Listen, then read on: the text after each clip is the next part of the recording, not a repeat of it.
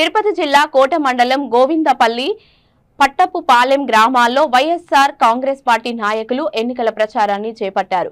గత 5 ఏళ్లలో మత్స్యకార సంక్షేమానికి వైసీపీ ప్రభుత్వం చేపట్టిన అనేక సంక్షేమ పథకాల గురించి వివరించారు. ఈ సందర్భంగా ప్రసాద్ గౌడ్ మాట్లాడుతూ రానున్న ఎన్నికల్లో మళ్లీ ముఖ్యమంత్రిగా వైఎస్ జగన్మోహన్ రెడ్డిని గెలిపించుకోవాల్సిన బాధ్యత మనందరిపై ఉందన్నారు. ఈ కార్యక్రమంలో ఉప్పల ప్రభాకర్ గౌడ్, వెంకటాద్రి, పెద్ద మస్తానయ్య, నాగయ్య, వెంకటేశ్వర్లు, గోవిందపల్లిపాలెం యువత పాల్గొన్నారు.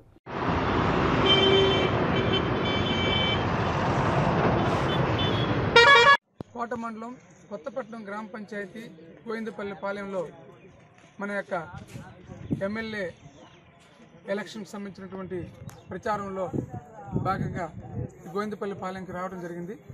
దీంట్లో భాగంగా మన యొక్క గూడూరు కాన్స్టిట్యున్సీ అభ్యర్థి అయినటువంటి మేరిగ మురళి గారిని, అదేవిధంగా తిరుపతి పార్లమెంటు సభ్యులైనటువంటి మధ్యల గురుమూర్తి గారిని గెలిపించేదానికి ఈ యొక్క గోవిందపల్లిపాలెంలో ఉన్నటువంటి ప్రతి కుటుంబ సభ్యుల్ని అందరిని కూడా తిరిగి వారికి అందరిని కూడా ప్రార్థించి ఈ యొక్క ఫ్యాన్ గుర్తు మీద ఓటు వేయాలని చెప్పి వేడుకోవడానికి మేమందరం కూడా రావడం జరిగింది.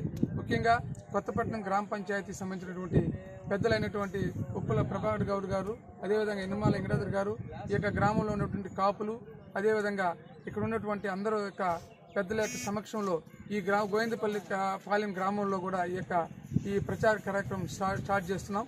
ముఖ్యంగా ఈరోజు గోవిందపల్లిపాలెంలో ఉన్నటువంటి మత్స్యకారుల యొక్క గ్రామం ఇది.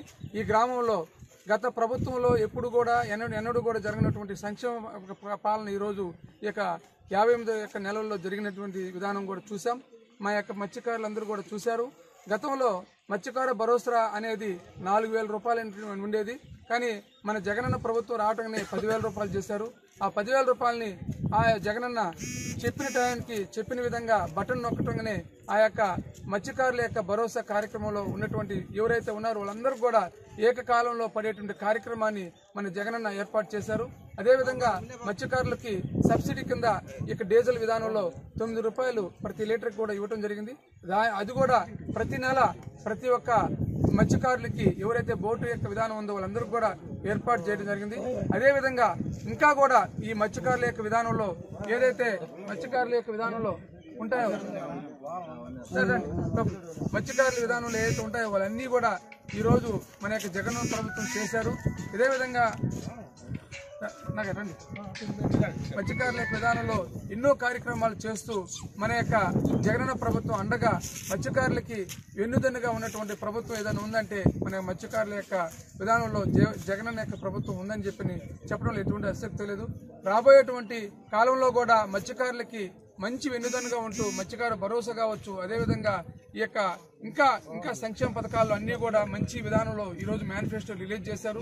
దాంట్లో భాగంగా మా మత్స్యకారుల యొక్క సోదరులు కావచ్చు, అక్క చెల్లెమ్మలు కావచ్చు, అందరూ కూడా ఈరోజు మత్స్యకారుల యొక్క అందరూ కూడా మనకు జగనన్నకి భరోసాగా ఉన్నారు. అందరూ కూడా అండగా ఉన్నారు. ముఖ్యంగా చెప్పాలంటే గత ప్రభుత్వంలో ప్రత్యేక సంక్షేమ పథకం పొందాలంటే ఒక ఎంఆర్ ఆఫీస్ చుట్టూ, ఎంపీడీ ఆఫీస్ చుట్టూ